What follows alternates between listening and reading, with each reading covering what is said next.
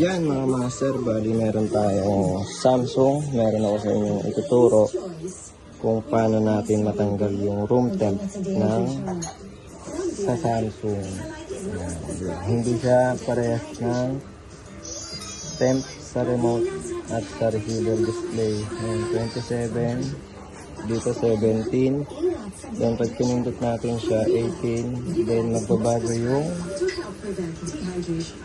temperature sa receiver niya. Bali na detect niya ay room temp ng area. Bali ganito. Bali Samsung. Paano natin tatanggalin natin yan sa remote lang. Bali bibigyan ko kayo ng tips para matanggal yan kasi napakaraming ganyang issue na hindi nila alam kung paano. Ngayon malalaman nyo na kung paano yung matatanggal. At pwede rin mabalik. Pwede rin natin ibalik. Pwede natin tanggalin. Ayan. Bali ganito. I-hold nyo lang to. Ayan. Hold nyo lang yan ng matagal. Then antayin nyo tumunog. Ayan. Hold nyo. Hold. Yun. Pag tumunog na yun, okay na yun.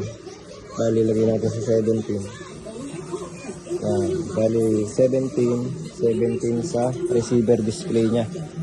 Bali hindi na yan hindi na yan magro-room temp, hindi natataas yung room temp niya.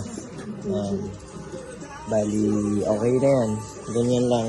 Ganito lang pagtanggal yan. Ito lang ang i-hold nyo.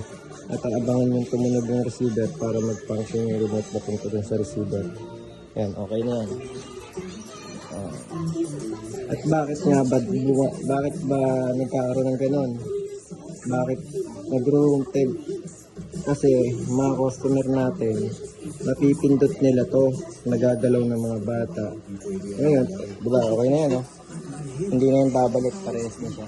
Ngayon, may mga customer tayo, mga nagagalaw ng bata, na-hold nila to, napipindot, kaya nagkakaroon ng ganon issue.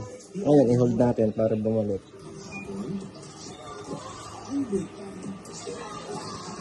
Yun, tumunog. Ngayon, 18 natin. Babalik uli yun sa room temp. Ayan, naging 28. Hindi na siya parehas sa remote. 18, diba? 17. Ayan, 16. Then, ano pa rin yan? 28. Ayan. Kasi nga na-hold ng mga bata. Then, akala ng mga customer natin, sira yung aircon natin. Sira yung aircon. Ayan, bumalik ko. Ayan, tatanggalin rin natin. Babalik natin.